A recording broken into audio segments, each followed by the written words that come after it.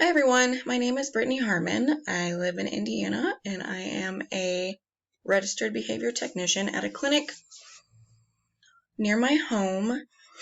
I will first talk about the trophy question. I feel like I talk about this a lot in my everyday life. I grew up doing sports in the late 80s, early 90s as a young kid, and back then not everybody got a trophy or a participation award or whatever they do now. If you got first or third, you got a trophy. And that was cool. That was the big deal. That was like, oh my gosh, I didn't get 1 through 3rd. I need to work harder so I can get that cool trophy. But I agree with this because it also teaches us that we can't all be the best at everything.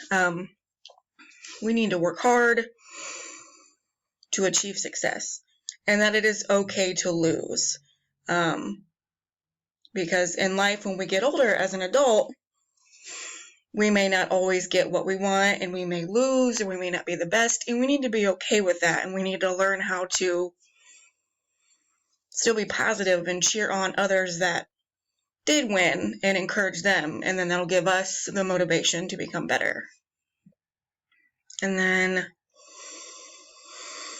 I think it's important to know terms quickly and consistently, because if somebody's asking you in the heat of the moment, in the middle of a behavior, you need to be able to give them the correct term and the correct information so they can apply what they need to do. Or if somebody who doesn't know much about ABA asks you a question, you can tell them, oh, this is what we call it, but this is how it also is in lay terms. So I feel like to be more successful, you should also be able to recall everything quickly and precisely.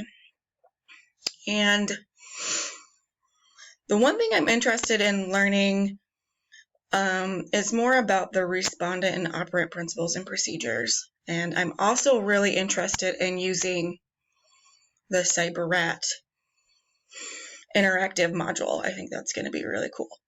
So yeah, I hope you guys enjoyed watching my video, and I'm excited to get started with this class.